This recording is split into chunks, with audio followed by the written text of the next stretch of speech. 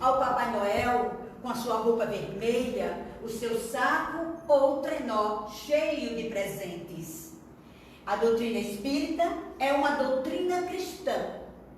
E nós, enquanto espíritas, vinculados com a codificação de Allan Kardec, temos o objetivo de resgatar a essência do Evangelho. E para isso, devemos buscar o sentido do Natal. É uma nomenclatura derivada do latim que dá sentido a nascimento. Esse período, quando se comemora o Natal, o nascimento de Jesus, é um período que, apesar de tantas propagandas de consumo, os espíritos superiores nos falam que é o melhor período para a humanidade terrestre, porque tem uma natureza direcionada ao próximo. No livro Memórias de Suicida, Camilo Castelo Branco, que é o seu autor, psicografia de Ivone do Amaral Pereira, no livro nos fala que é nessa época que as caravanas espirituais encontram melhores condições para descer até as zonas umbralinas para resgatar os espíritos que estão em sofrimento. É nesse período, por mais que o materialismo esteja em evidência, as propagandas focadas no outro vai suavizando a natureza atmosférica por causa do pensamento direcionado ao próximo, mesmo que seja para comprar o presente, mas é o presente do amigo, do sobrinho, da irmã, da mãe, da sogra.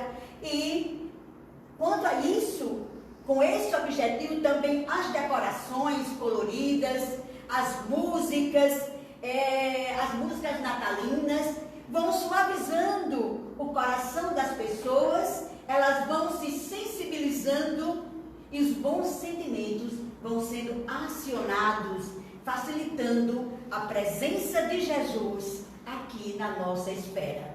Por isso, que juntemos a família, que troquemos presentes, que façamos a ceia, mas sem esquecer o aniversariante da noite de 25 de dezembro. Procuremos nos reportar a tradição de falarmos de Jesus ao redor da mesa. Também no livro Nosso Lar, no capítulo 32, Notícias de Veneranda, é o título desse capítulo, nos fala que no próprio mundo espiritual é comemorado o Natal também nessa data. Dentro da colônia Nosso Lar, tem um salão especial que é destinado às palestras com o nosso governador. E a cada mês, durante o ano, vão mudando as cores da decoração e sempre no mês de dezembro é reservado aquela decoração mais bonita, porque é dedicado ao aniversário de Jesus. Segundo nos informa Emmanuel, no livro A Caminho da Luz, que as raças adâmicas, o que seriam raças adâmicas? São as primeiras raças que viviam no planeta do sistema Capela, que ele atingiu a um grau de civilização, de moral, como a regeneração. Então aqueles espíritos foram retirados ali daquele planeta e vieram para a Terra. Ele não podia mais ficar naquela esfera. Então, depois a gente pode até fazer uma palestra sobre a explicação da família adâmica, né? Esses seres adâmicos. Estes, antes de chegarem aqui na Terra, também tinha muitas reuniões com Jesus. E numa dessas reuniões, Jesus falou que mandaria os seus emissários para ajudá-los e um dia viria pessoalmente para ter com eles. E periodicamente, como a gente sabe, ele mandou os seus emissários. Quando a gente for olhar na história, lá na China, a chegada do Salvador foi anunciada muitos séculos antes da chegada do Cristo aqui na Terra. Os iniciados do Egito também sempre esperaram o Salvador.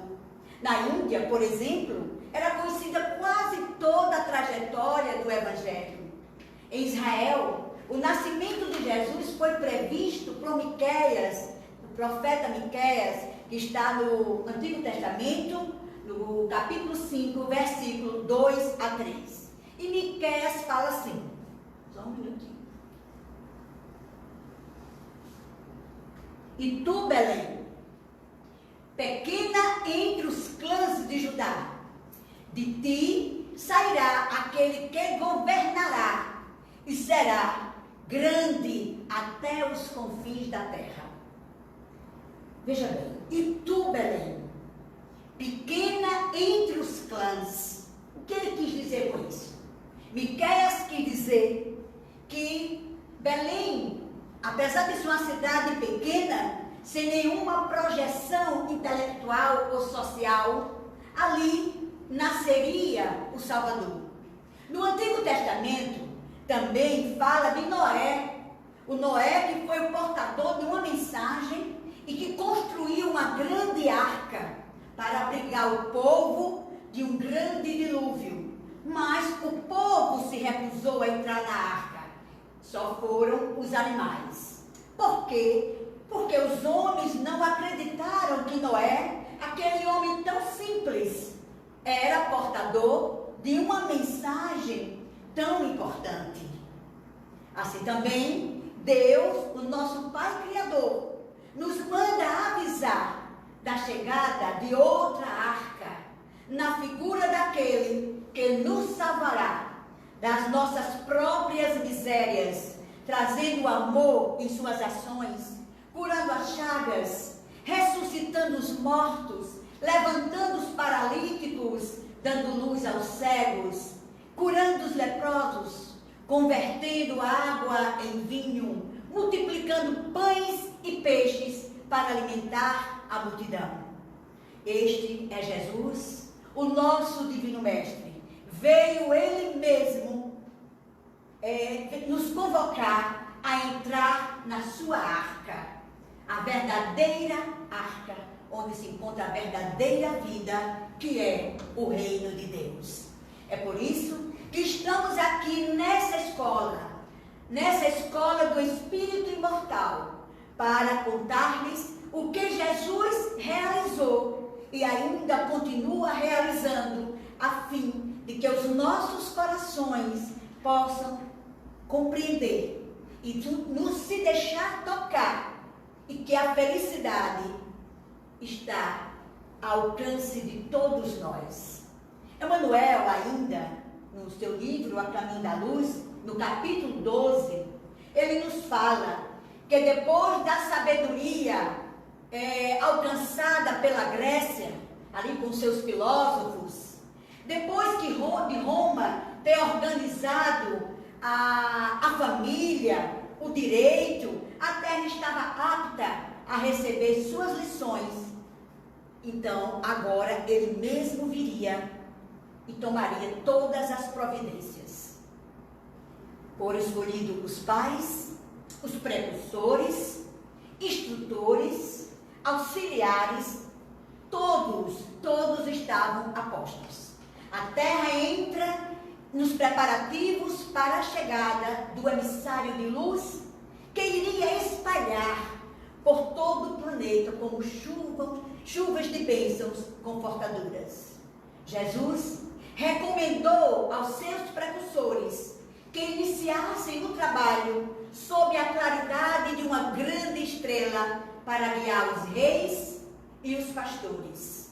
Providenciasse uma manjedoura rústica para lhe servir de berço o trono, porque daquela manjedoura, sairiam as primeiras notas do seu cântico de amor e de caridade. Tanto o evangelista Mateus como Lucas narram o nascimento de Jesus com detalhes, desde a anunciação do anjo a José e a Maria. Vamos à narrativa dos evangelistas.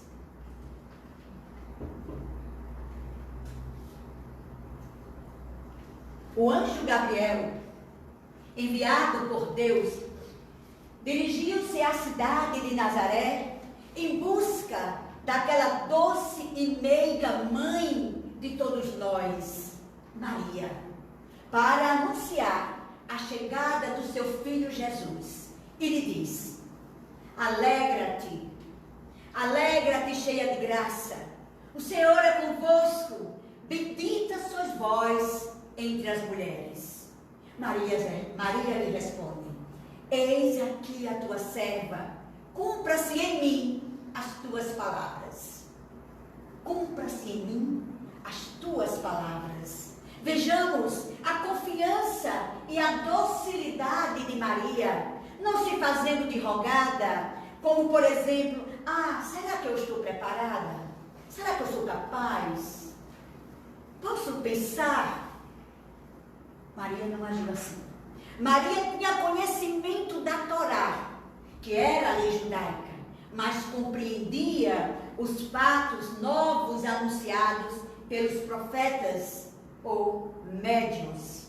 Nesse período, Isabel, a sua prima e esposa de Zacarias, estava grávida de 6 meses do seu filho João Batista. E Maria resolve fazer uma visita. Quando Maria entra na casa de Zacarias e saúda a sua prima Isabel, que estava com o seu bebê ali na barriga, Isabel sente que aquele bebê se move diferente das outras vezes. Ele se move de uma maneira esfuziante, como se fosse com muita alegria. Isabel, inspirada pelos espíritos celestes, lhe diz: bendita és tu entre as mulheres, Maria, no momento em que me saudaste, a minha criança estremeceu. Quem sou eu para receber a mãe do Salvador em minha casa? Passa-se o tempo e chega a época do nascimento.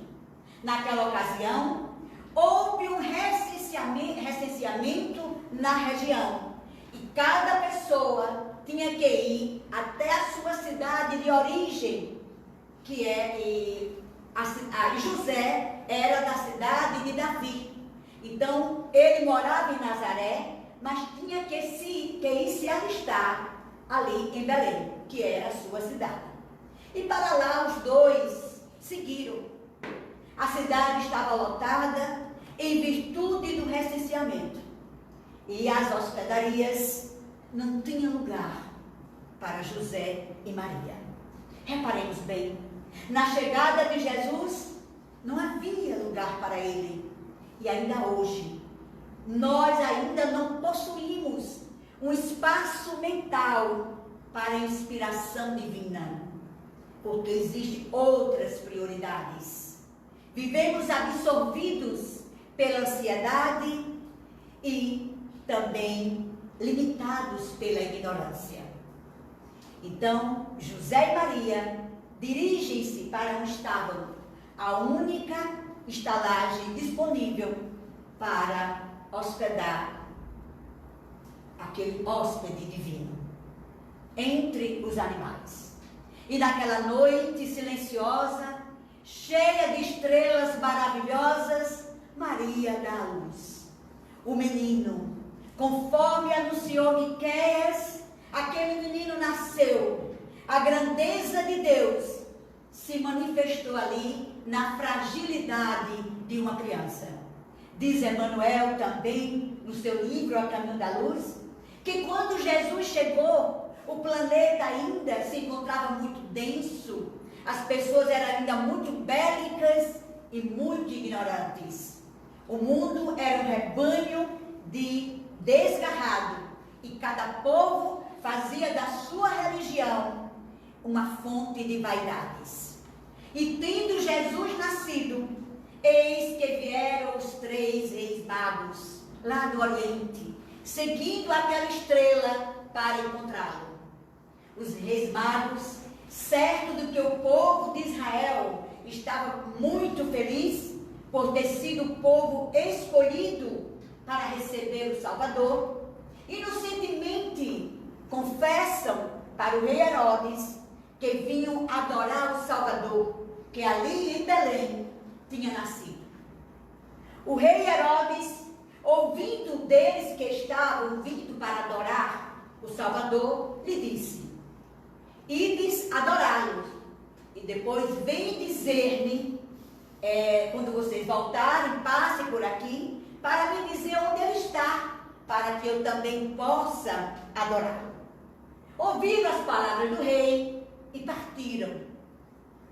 Ao avistar uma estrela em cima de um estábulo, eles entraram e viram aquela criança.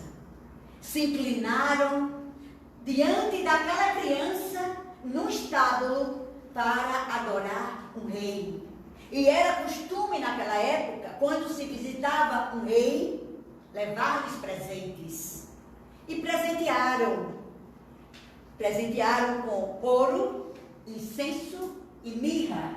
O ouro representando a luz da sabedoria. O incenso representa a devoção da criatura ao Criador. E a mirra significa o sacrifício e a renúncia ao próprio eu. Os magos eram estudiosos da espiritualidade, por isso não foi difícil compreender o caráter divino de Jesus na sua missão que vinha desempenhar aqui na terra. Obedientes às intuições superiores, os magos perceberam a intenção de Herodes e voltam para casa por outro caminho para não encontrá-lo. O verdadeiro significado de mago é sábio. E a estrela que os guiavam era o espírito que se apresentava em forma luminosa e conseguia se distinguir das outras estrelas. Nesse mesmo dia, alguns pastores que estavam no campo com os seus rebanhos foram também surpreendidos por aquela estrela com brilho diferente. De repente aparece um anjo e lhe diz: não temas, alegria, eis que trago uma boa nova, ou uma boa notícia, é que hoje vos nasceu na cidade de Davi o Salvador. Glória a Deus nas alturas, paz na terra aos homens de boa vontade. Prestemos bem atenção. Glória a Deus nas alturas. Então, das alturas estava descendo a paz para a terra. Paz na terra aos homens de boa vontade. Então está ali, através do nosso divino mestre Jesus, estava descendo a paz aqui na terra. E logo em seguida, a mesma estrela indica o local onde estava Jesus, e para lá os pastores se dirigiram e também reconheceram na criança o Salvador. Herodes percebeu que fora enganado pelos magos, ficou muito irritado, e como não sabia quem era o Salvador, deu ordem para matar todos os meninos que haviam em Belém até 2 anos de idade. Como sabemos, na terra há injustiças, mas não há injustiçados. Segundo as revelações espirituais, as crianças atingidas por aquele violento massacre seriam a reencarnação dos homens que, sob as ordens do profeta Elias, haviam degolado 450 sacerdotes de Baal há 700 anos antes de Cristo.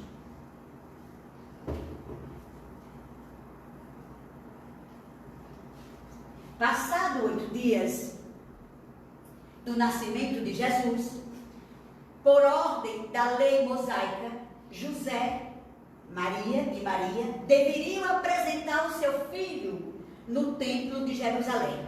E lá no templo se encontrava um homem chamado Simeão. Era um velho profeta. Profeta, nós já sabemos que hoje é médium, né? Ele tinha possibilidades de conexão com espíritos de grande envergadura. Simeão sempre tivera a intuição de que não morreria sem antes ver a chegada do Salvador. E nesse dia, ele foi inspirado para ir até o templo. E lá encontrou José, Maria e o seu pequenino Jesus.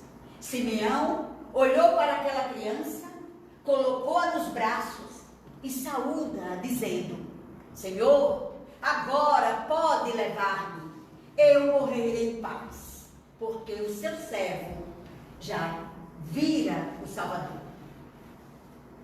Bem, meus irmãos, essa história é linda, contada linda para ser contada e repetida em todas as gerações, e de preferência ao redor da mesa na noite de Natal.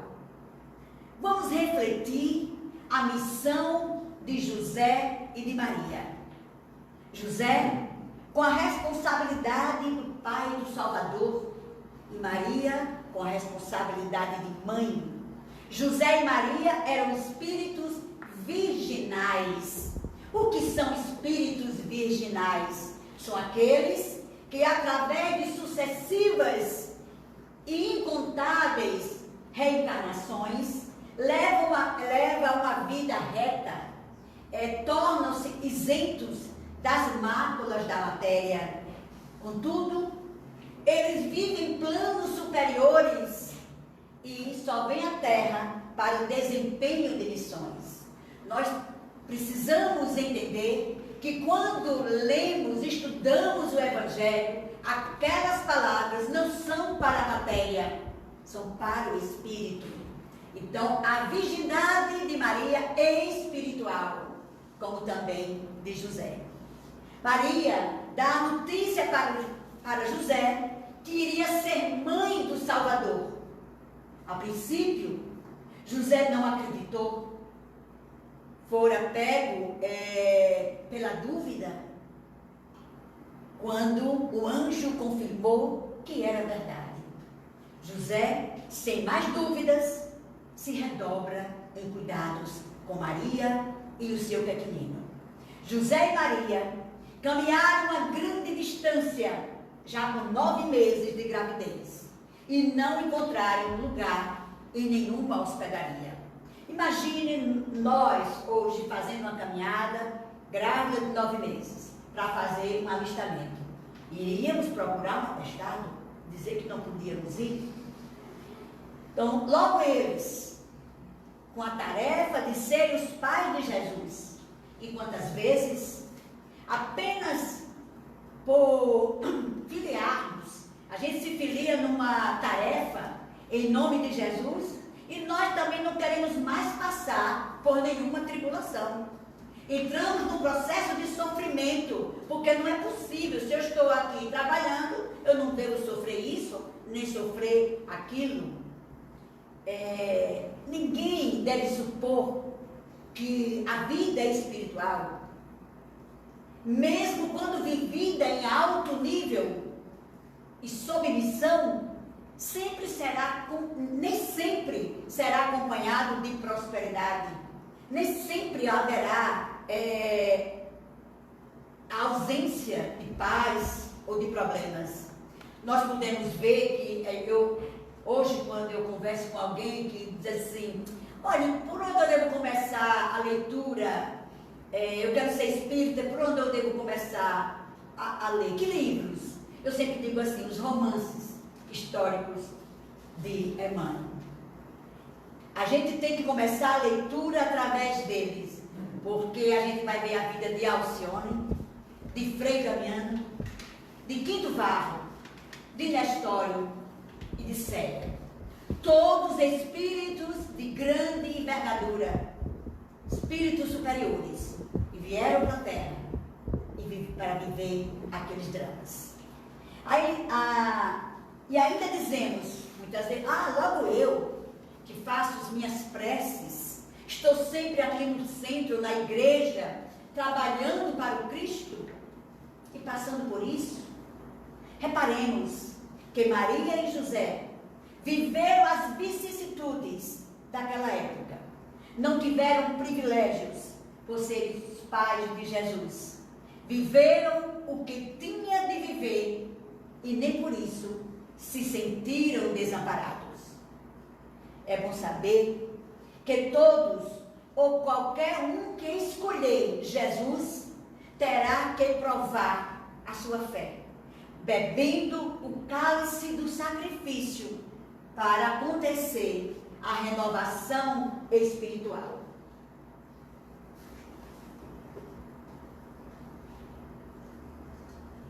Qual o significado da manjedoura para nós?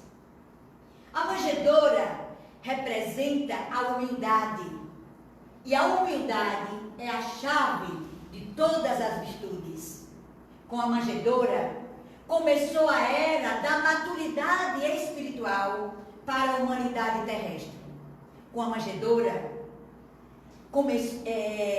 Jesus nos mostra que o valor de uma criatura não se restringe à sua situação de status social, financeira ou tradição familiar. Quantas vezes subestimamos uma criatura pela sua aparência ou pela sua família, simplesmente por ignorância de não sabermos que o valor de uma criatura não é perceptível aos olhos carnais. Ali, numa manjedoura, estava o nosso governador planetário. É aí que está a grande lição da manjedoura. Um mestre que vivenciou a amizade, a humildade, o amor incondicional. E o que foi que ele nos deixou de mensagem? Para a maioria das pessoas, o Natal é um desassossego, comidas, bebidas, contratação de banda musical, é um grande desespero, quando sabemos que Jesus significa simplicidade. O Natal tornou-se um dia de excessos. Se come demais, se bebe demais, se gasta demais. E quem é o aniversariante? Jesus. Então o presente tem que ser para Jesus. E qual foi o presente que Jesus nos pediu? Amai-vos uns aos outros, como eu vos amei.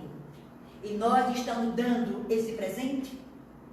Ele não pediu para comprar presente para todo mundo, nem que entrássemos em filas homéricas, filas de supermercados ou de shopping center. Essa desorganização não é do Cristo, é nossa. É da sociedade que quer se manter de consumo. E cabe a cada um de nós participarmos com moderação. Procuremos as coisas imperecíveis, eternas, que nos falem ao fundo do coração. Vamos aprender a crescer, a amadurecer, procurando outro tipo de alimento para as nossas almas. Já está na hora de renovarmos o Natal. Natal não é Papai Noel. Natal é um momento de agradecimento.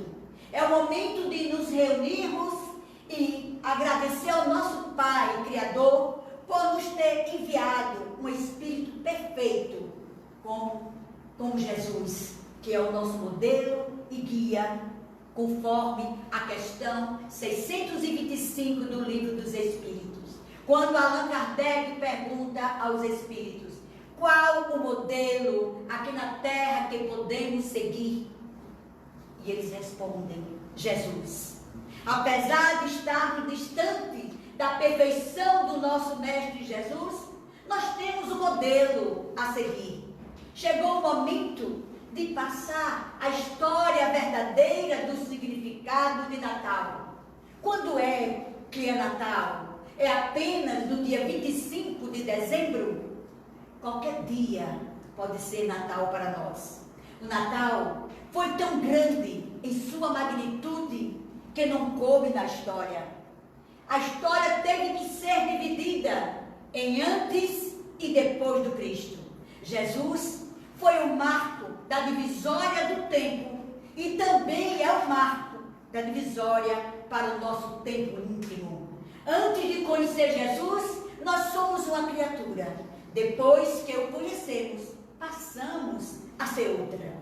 Então, outro momento de reflexão está na fala do anjo, quando ele chega para os pastores. Ele diz assim: vos nasceu o Salvador. Vos. O vos é individual, não é coletivo. Jesus não tinha nascido para todos, mas para alguns. Quando eu digo assim, eu vos falo, eu falo para com você. Então, é individual. Natal, para nós espíritas, é o encontro do indivíduo com o Mestre Jesus. E nesse momento, geralmente não ocorre em dias tranquilos, mas quando sentimos uma angústia, um vazio, que nem amigos, nem família, nem psicólogos conseguem tirar aquele vazio da alma. Por isso é que o Natal se reveste de uma profunda importância para cada um de nós, em particular. Como, por exemplo, aconteceu com Maria Madalena. Quando foi que aconteceu o Natal de Maria Madalena? Jesus nasceu para ela no dia que ela estava se sentindo sozinha, aflita e abandonada. De repente, ela ouviu uma voz interior convidando-a ao amor sincero, desinteressado, ou seja, incondicional. Ela então decidiu ir até a casa de Pedro encontrar Jesus. E ali, naquele encontro, o coração de Maria Madalena fez-se manjedoura para o Cristo nascer. E quando aconteceu o Natal para Pedro, após a prisão de Jesus, quando Pedro se escondia para não ser reconhecido como seu discípulo, porque já o tinha negado 3 vezes, e só se deu conta quando o galo cantou. Como Jesus o tinha prevenido, foi naquele momento que a sua consciência acordou e lembrou das palavras do Cristo. Pedro, o homem do mundo é mais frágil do que mau. E ali mesmo ele falou: Jesus nasceu em mim. Então aconteceu naquele momento o Natal de Pedro.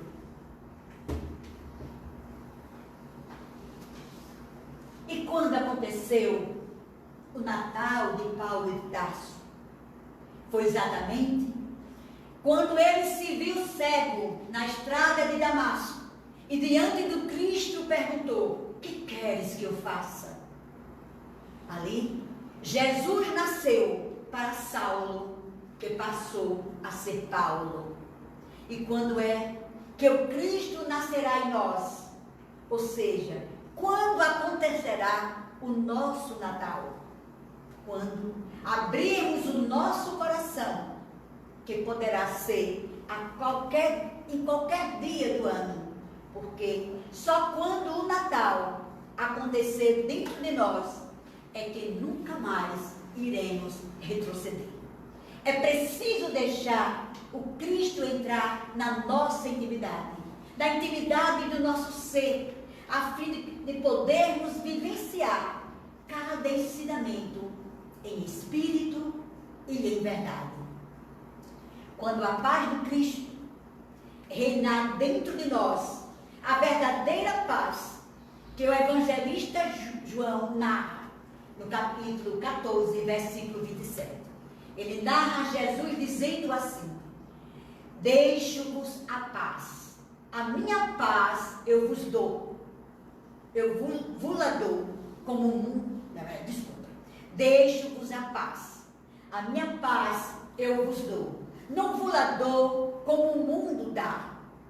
Para entendermos melhor essa passagem do Cristo, eu vou contar uma pequena historinha. Certa feita, um rei reuniu os seus melhores pintores ali do seu condado e de outros vizinhos e fez um concurso para que eles retratassem no quadro a paz, porque o que ganhasse aquele quadro ia ser a representação da paz. Então eles começaram a pintar. Primeiro trouxe o quadro com a linda paisagem, o mar calmo, uma jangadinha lá no fundo, um jardim florido, uma criança brincando, uma paisagem bucólica, com aquelas árvores no entardecer, e em outro, um grande vendaval, o céu cinzento, uma árvore tombada pelo vento, e lá no meio das ramagens tinha um ninho com uma mãe e seus 2 filhotes, todos muito tranquilos, todos em paz, independente do que estava acontecendo lá fora. Não é necessário dizer o quadro que ganhou.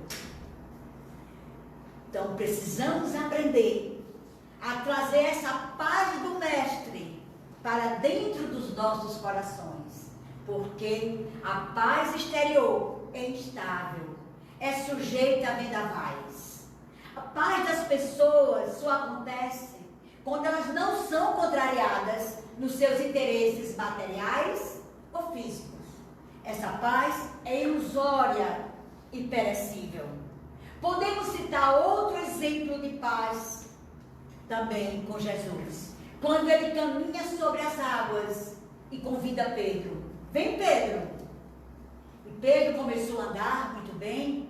De repente começou um vento e Pedro começou a oscilar. Teve medo e afundou. Jesus o tira da água e lhe diz: homem de pouca fé.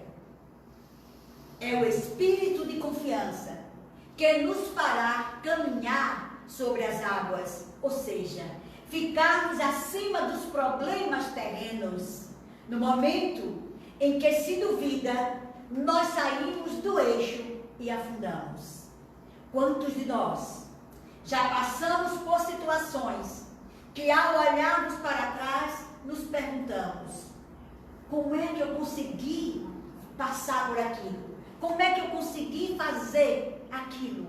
Por isso, é importante renovar a confiança todos os dias e confiar no Pai Criador. Como diz nos provérbios, o provérbio 3,5. Confie no Senhor com todo o seu entendimento e não se apoie em seu próprio entendimento.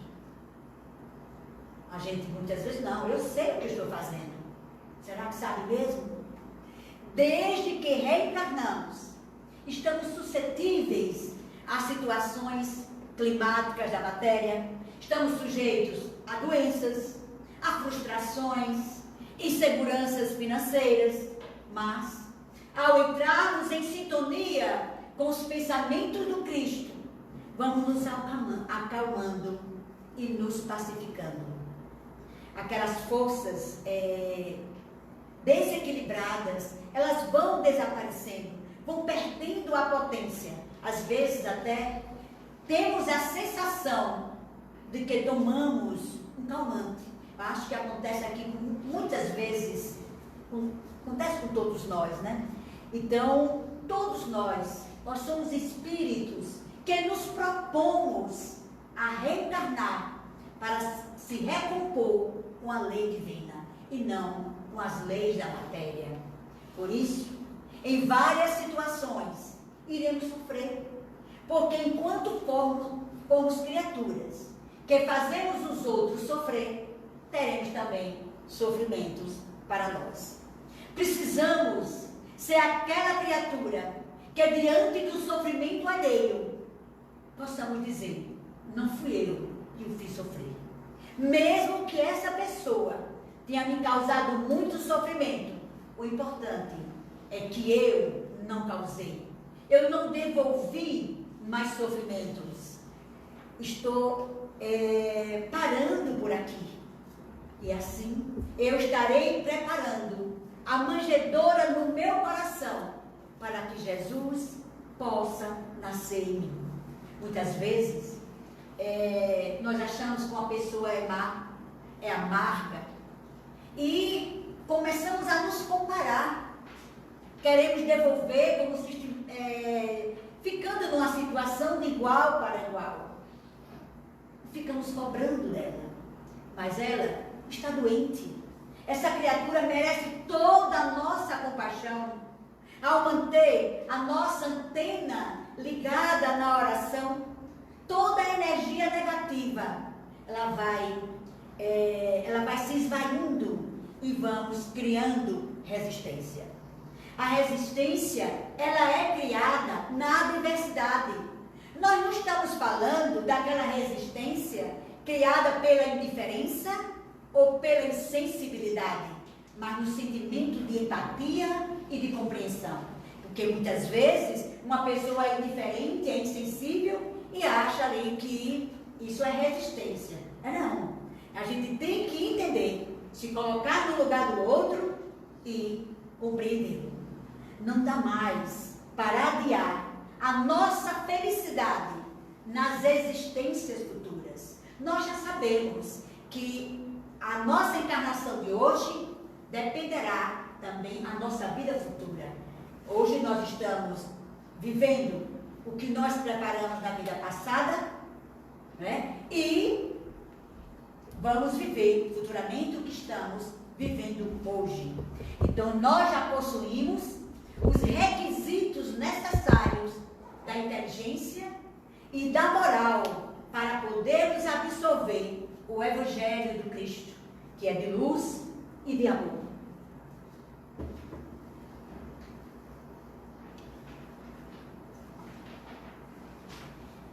E nessa jornada evolutiva, precisamos muito de Jesus, dos seus ensinamentos, da sua companhia e da sua proteção.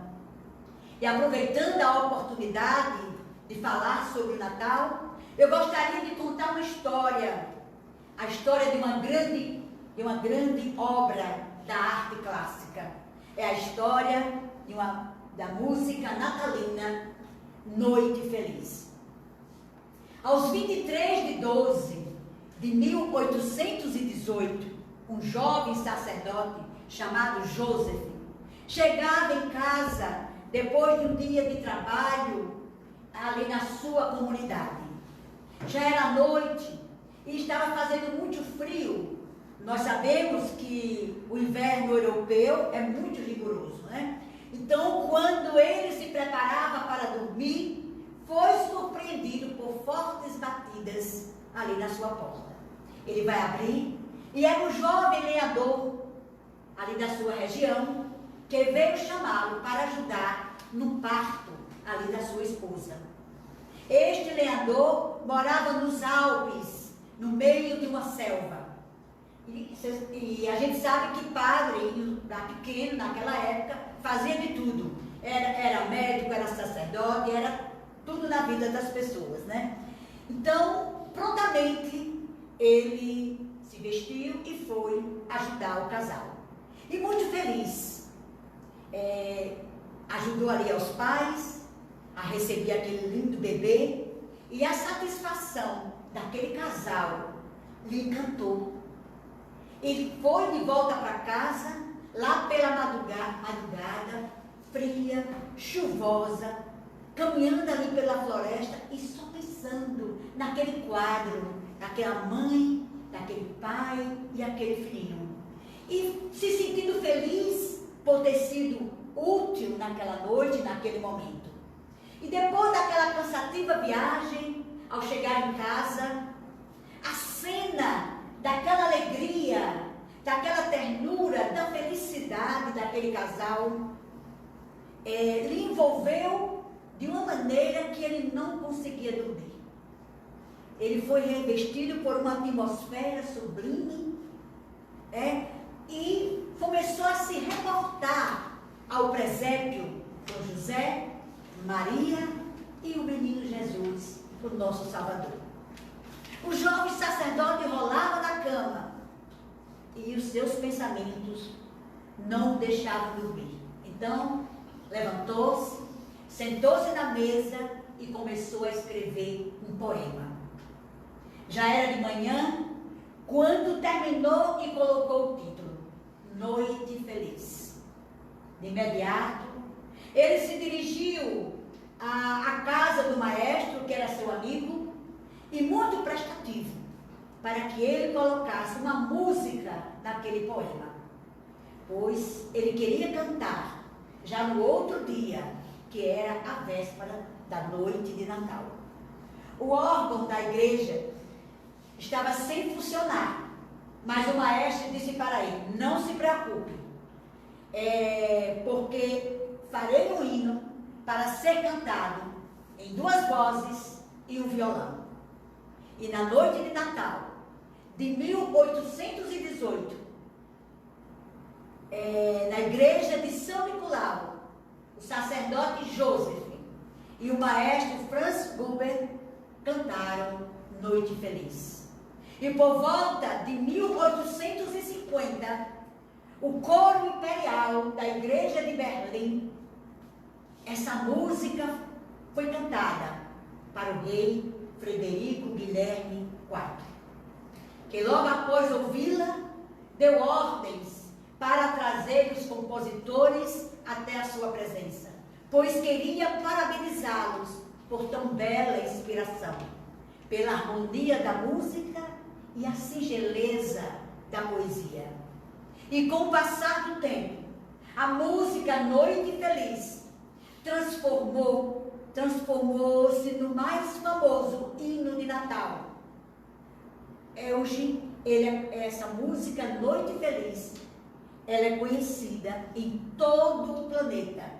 E em 2011 foi considerada patrimônio cultural da humanidade. Essa história nos remete a um pensamento de Victor Hugo que diz assim: a música expressa o que não pode ser dito em palavras, mas não pode permanecer em silêncio. Então, aquela reação causada ali naquele sacerdote não podia ficar ali só dentro dele. Então, ele não pôde ficar calado diante de tanto amor. E para finalizarmos a noite de hoje, primeiramente, queremos desejar um Feliz Natal para todos. E trazer uma pessoa muito especial para mim, que é a minha filha Ilusca, que vai nos presentear com a sua voz a canção Noite Feliz.